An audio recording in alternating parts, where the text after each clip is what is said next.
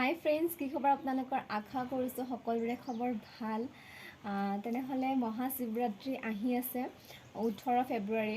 মহাশিৱৰাত্ৰিৰ সময় কেতিয়া, যিটো নিশ্চিত কাল হয়, সেই কালটো কেতিয়াৰ পৰা ষ্টাৰ্ট হৈছে আপোনালোকক মই প্ৰথমতে সময় কৈ আছোঁ। আপোনালোকে সময়টো নোট ডাউন কৰিব পাৰে।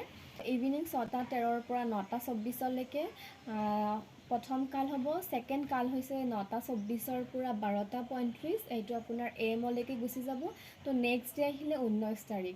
তো 19 তাৰিখত হৈছে টাইমিংটো 12:35 পিছত, যিটো আপোনাৰ 3 নম্বৰ কাল আৰম্ভ হ'ব 12:35 পৰা 3:46 AM-লৈকে। এণ্ড তাৰপিছত আহিব 3:46 AM পৰা 6:56 AM-লৈকে। তেনেকৈ 4টা কাল আপোনালোকক মই কৈ দিছোঁ। এই 4টা কালত আপোনালোকে শিৱজীৰ ওচৰত যি আপোনালোকক মই ৰেমেডি কৈ আছোঁ, আপোনালোকে যদি কৰে ব্লেছিংছ নিশ্চয় পাব। হ'লে বলক ৰেমেডিৰ ওচৰলৈকে আগবাঢ়োগে। পঞ্চামৃত বনাব বিচাৰিছে।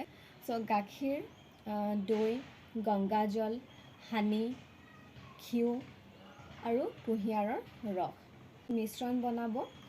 যি উইচ আছে আপোনালোকৰ, যেতিয়া ঢালিব আপোনালোকে সেই উইচটো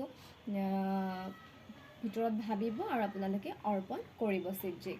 বাধা আহি থাকে বা কামটো নহয়, লেট হয়, কিবা এটা ভাল কাম কৰিব গৈ আছে, লেট হয়, বাধা আহে, তেনেহ'লে আপোনালোকক মই যিকেইটা বস্তু কৈছোঁ তাতে আপোনালোকে লেট মেৰেজৰ কাৰণে তাত আপুনি কেশৰ এড কৰিব। আৰু যিসকলৰ লেট হয় কামত, আপোনালোকে কেশৰ এড নকৰি আপোনালোকে তাত এড কৰিব তিল। ঠিক আছে, দেন তিল এড কৰি আপোনালোকে শিৱলিংগত ঢালিব।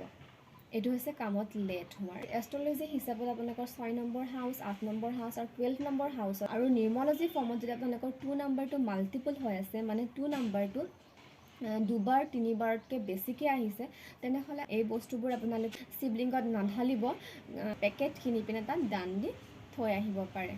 যিসকলৰ চন্দ্ৰমা উইক আছে, আপোনালোকে গধূলি সূৰ্য অস্ত যোৱাৰ পিছত আপোনালোকে গাখীৰ বা দৈ আপোনালোকে গ্ৰহণ নকৰিব।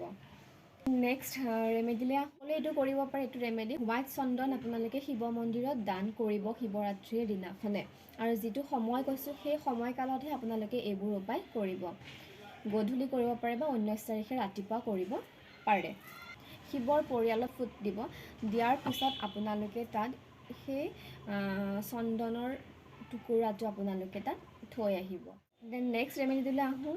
আপোনালোকে মিনিমাম 11টা বেলপাত ল'ব পাৰে বা 21টা বেলপাত ল'ব পাৰে। আৰু এই বেলপাতকেইটাত আপুনি ওম নমঃ শিৱায় লিখিব হোৱাইট চন্দনেৰে। আৰু যি উইচ আছে আপোনালোকে মনত ভাবিব আৰু সেই হিচাপে আপোনালোকে শিৱলিংগত দিব পাৰে। ঠিক আছে ফ্ৰেণ্ডছ, তেনেহ'লে থেংক ইউ ছ' মাছ। আপোনালোকে শিৱৰাত্ৰি চেলিব্ৰেট কৰক। আৰু আপোনালোকক মই এটা কথা কৈ থওঁ ফ্ৰেণ্ডছ, মহাশিৱৰাত্ৰিত আপোনালোকে যিমানে ৰেমেডিজ কৰিব পাৰে, আপোনালোকে ব্ৰত ৰাখিব, বহুতে ভাল হয়। আৰু এটা বহুত ভাল হৈছে, আপোনালোকে মহাশিৱৰাত্ৰিৰ দিনাখন ৰাতি মেডিটেশ্যন কৰিব, মেডিটেট ফৰ্মত বহিব। যিমান পাৰে আপোনালোকে সিদিনা শোৱাটো এভইড কৰিব। বিচনাত যদিও যায় আপোনালোকে যেতিয়া বহি থাকে, হয়তো আপোনালোকে কিবা নিজৰ ভাল পোৱা বস্তু কিবা কৰি আছে, কৰিব পাৰে। কাৰণ আপোনালোকে যদি সিদিনাখন যদি আপোনালোকে বহি থাকিব পাৰে, যিটো আপোনাৰ নেচাৰৰ এনাৰ্জি হয়, কছমিক এনাৰ্জি হয়, সেইটো ৰাতিহে সেই এনাৰ্জিটো আমাৰ আৰ্থলৈকে আহে। সেই এনাৰ্জিটো আপোনালোকে যদি ল'ব পাৰে, আপোনালোকৰ যি উইচ আছে, আপোনালোকৰ যি ব্লকেজেছ আছে, সকলোবোৰ ৰিলিজ হ'ব। ঠিক আছে ফ্ৰেণ্ডছ, তেনেহ'লে thank you so' much. Thank U.